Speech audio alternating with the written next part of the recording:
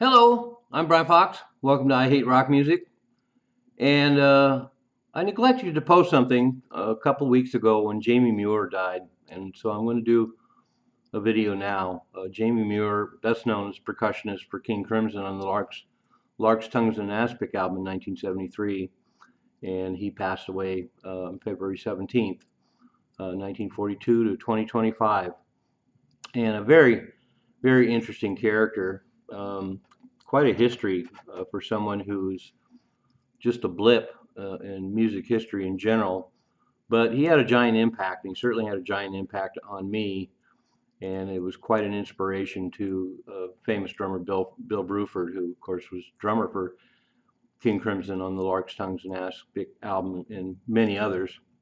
But Jamie Muir apparently started out first on trombone, jazz trombone, and then he moved over to percussion because he liked the wild uncertainty, as he called it, of improvisation and playing percussion. And he's the epitome of that.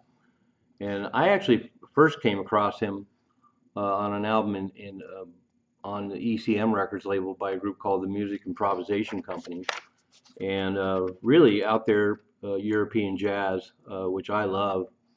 And the group consisted of Derek Bailey on guitar, Hugh Davies on electronics, Evan Parker on sax, and Jamie Muir on percussion, and a sometime vocalist. And there's now two albums available by Music Improvisation Company. The first one, basically a full-on group effort, recorded in 1970, and then later on another collection of their work from 1968 to 1972 was released.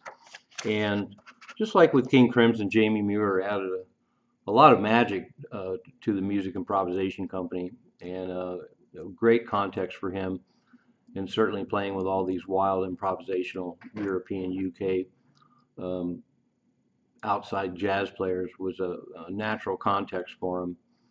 But he was with that group from 1968 to 1971, and then he was briefly in a band called Boris.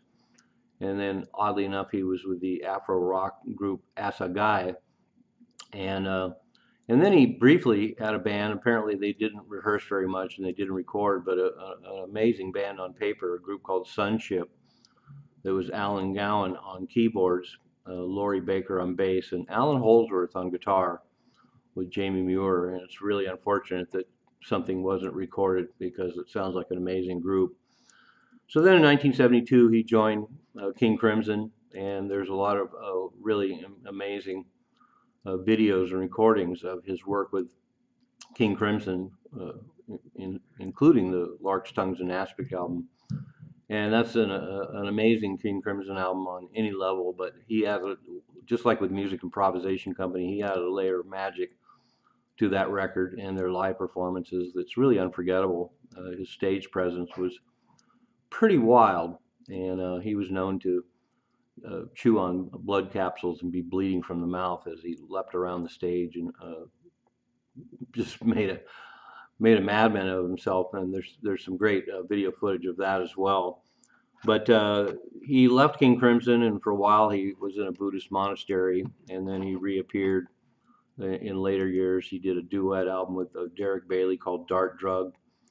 He worked on an Evan Parker album called The Eyes Have It.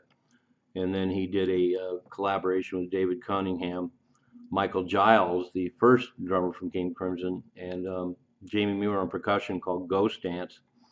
And really, really great record. Of course, Michael Giles is amazing himself. And so those two together with David Cunningham produced a really interesting, unusual record, movie soundtrack. And then he appeared on several in the Company series. Incus Records put out a whole series of different combinations of free jazz musicians in the UK and Europe. And there's a number of them that feature Derek Bailey and other people that play the Music Improvisation Company. But there's one called Trios that Jamie Muir plays on. So really incredible work. So I just wanted to make sure I didn't miss the opportunity to note his passing.